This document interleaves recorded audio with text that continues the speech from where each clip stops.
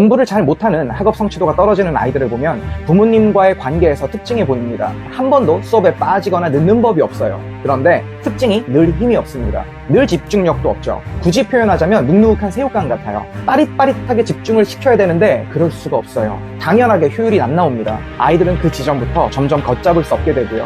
아이들은 자기만의 삶을 살게 됩니다. 나중에는 아무리 말해도 아이들이 듣지 않는 거죠.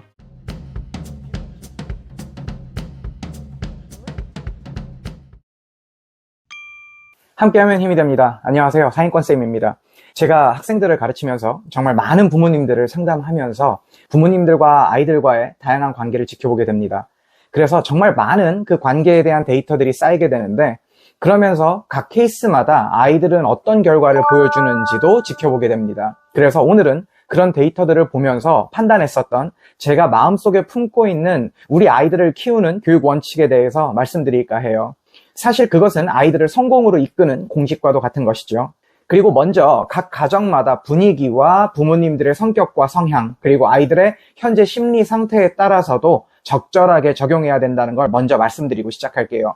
예전에 제가 재수종합반에서 근무할 때 이야기인데요. 어떤 여학생이 있었어요. 이 여학생 특징이 참 예뻤는데 정말 지저분하고 뭔가 우중충한 그런 느낌이 있었어요. 물론 재수종합반이기 때문에 꾸미고 그런 아이들은 별로 없습니다만 왠지 모를 어두운 느낌이 있었죠. 그런데 정말 열심히 공부를 했고요. 집중력이 엄청났어요. 깨끗하게 씻는 건 신경도 안 쓰고 기본적인 꾸밈도 신경 쓰지 않을 정도로 엄청 집중을 했죠. 그 덕분에 처음 시작할 때에 비해서 성적이 비약적으로 올랐습니다. 결국은 본인이 원했던 S여대 약대에 진학을 하게 됐고요.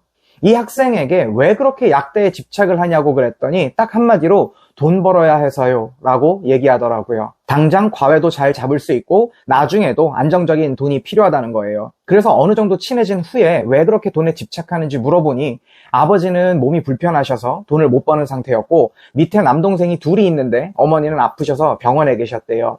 이 모든 환경들이 엄청난 집중력으로 이끈 것이었어요. 바로 절박함이었습니다. 동기가 확실했던 거죠. 하지만 우리 아이들은 절박한 환경도 아니고 절박해야 할 이유도 없습니다. 그렇다면 아이들이 열심히 공부해야 되겠다는 생각이 들게 만드는 동력은 부모님들이 만들어주시는 방법밖에는 없어요. 그래서 제가 정말 오랫동안 많은 아이들과 부모님들을 만나면서 제가 느꼈던 아이들을 성공으로 이끌 수 있는 부모님의 포지션과 아이들의 공부 습관을 자리 잡게 만들어줄 수 있는 마지노선은 초등학교 6학년 때까지인 것 같아요. 이 시기까지 부모님들의 따뜻하고 단호한 컨트롤이 자리 잡지 않게 되면 아이들은 그 지점부터 점점 걷잡을 수 없게 되고요. 아이들은 자기만의 삶을 살게 됩니다. 나중에는 아무리 말해도 아이들이 듣지 않는 거죠. 이런 말씀 많이 들어보지 않으셨어요? 제가 아무리 뭐라고 해도 전혀 말을 듣지를 않아요. 그 모든 환경은 우리가 만들어가는 겁니다. 그렇다고 초등 시기에 엄청난 압박으로 아이에게 혼내고 강압적으로 컨트롤한다고 하면 또 다른 부작용도 생기겠죠. 예전에 유행했었던 스카이캐슬이라는 드라마에서 어떤 아이는 죽게 되고 수많은 가정에 문제가 발생하게 되는데 딱 한마디로 이 드라마를 압축하자면 압박과 훈육은 있되 사랑과 믿음은 없었다 정도로 표현할 수 있을 것 같아요.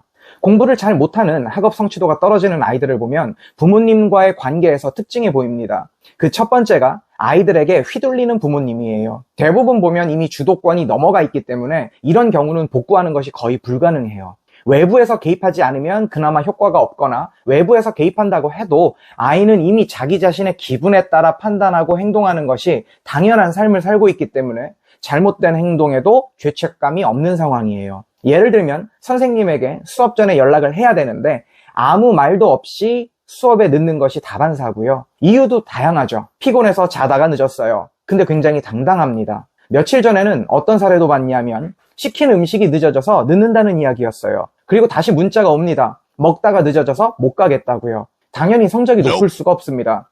제가 어떤 교육을 쏟아도 이 아이를 바로잡으려면 제가 그 아이랑 같은 집에서 사는 수밖에 없거든요. 그리고 수업을 듣는 다른 학생들에게까지 이 학생이 영향을 끼치게 되기 때문에 이런 경우에는 저는 그냥 그 아이와 헤어집니다. 학원을 그만두게 한다는 것을 저는 헤어진다는 표현을 써요. 어쩔 수가 없는 경우죠. 이번에는 또 다른 케이스인데 부모님께는 수업에 간다고 이야기하고 학원에는 전화를 해서 어머니에게 허락을 받았다 말하고 학교에 일이 있어서 또는 담임 선생님과 상담이 있어서 등등의 이야기를 합니다. 벌써 느낌이 쎄하죠? 그래서 부모님께 연락을 해보면 아이가 거짓말을 하고 있는 거고 안 온 케이스였어요. 이런 경우들을 경험하면서 그 관계를 지켜보면 부모님께서 아이들을 컨트롤하지 못하는 경우가 많아요. 원칙과 기준이 있어야 하는데 분명하게 선을 긋지 않으신 경우가 대부분이죠.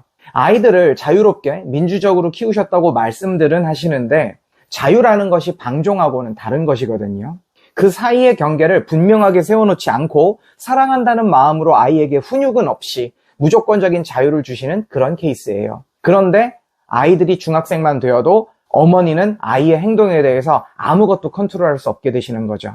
그 다음으로는 정말 엄격하신데 너무 무서우신 케이스예요. 모든 것을 다 시키세요. 그래서 이 아이는 한 번도 수업에 빠지거나 늦는 법이 없어요. 그런데 특징이 늘 힘이 없습니다. 늘 집중력도 없죠. 굳이 표현하자면 눅눅한 새우깡 같아요. 녹아서 흐물흐물해진 초콜릿 과자 같기도 하고요.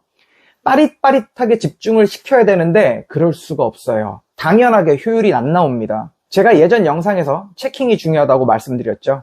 그래서 체킹 과정을 거치게 되면 제대로 머리에 넣어 놓지를 못해요. 처음엔 부모님과의 정확한 관계를 제가 모르고 부모님께 아이의 상태에 대해서 설명을 드렸더니 어머님께서는 친절하게 상냥하게 저한테 네 선생님 제가 잘 이야기하겠습니다 라고 하셨는데요. 나중에 알고 보니 아이는 엄청나게 혼났더라고요. 그리고 아이는 더욱 흐물흐물해져서 수업에 왔어요. 악순환이 되는 겁니다. 이런 경우의 문제는 아이가 부모님에 대해서 사랑이나 믿음에 대해서 전혀 느끼지 못하고 있는 경우예요. 그러니 본인은 부모님 때문에 공부하는 상태가 되어 있는 거죠. 부모님이 사랑이나 믿음이란 부분에 있어서 표현을 안 하시거나 못 하시거나 해야 할 필요성을 못 느끼시거나 그런 것 같기도 해요.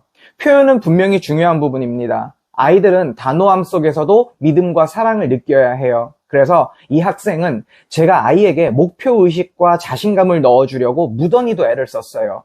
사랑이나 믿음은 이미 소용이 없는 단계였거든요. 그래서 너는 할 수 있다 라는 자신감과 자기 효능감을 만들어주려고 2년 정도 애를 쓴 것 같아요. 그리고 결과는 서서히 좋아졌죠.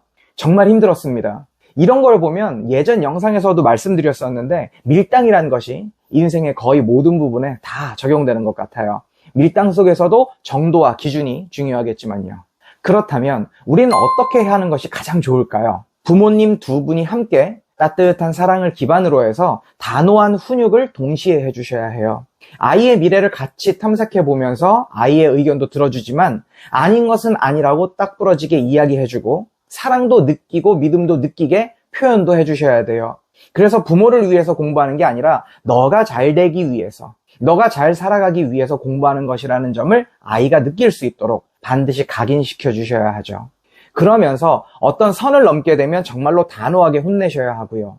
아니면 부모님 한 분 한 분씩 굿캅, 배드캅이 되셔서 한 분은 무서운 훈육으로, 한 분은 지지해주는 케어로 양립하시는 것도 방법일 수 있어요. 그런 식으로 아이들에게는 넘지 말아야 할 선이 있다는 것을 분명하게 가르쳐 주셔야 합니다. 이것 하나만 지켜주셔도 아이들은 바르게 자라니까요. 그리고 나서 학업 성취도를 올리는 노력을 하는 것이죠. 제가 다른 영상에서도 말씀드리듯이 아이들이 가진 능력의 테두리에서 최선을 다해서 극대화시키는 작업을 해나가는 거예요. 중요한 건 아이들이 바로 서는 교육을 해줘야 그 다음에 학업 성취도도 따라올 수 있다는 겁니다. 궁금하신 점이나 본인이 생각하는 교육관이 있으시면 댓글로 소통해주세요. 우리가 함께하면 분명히 힘이 될 겁니다. 오늘도 자녀들을 키우시는 대한민국 부모님들을 응원합니다.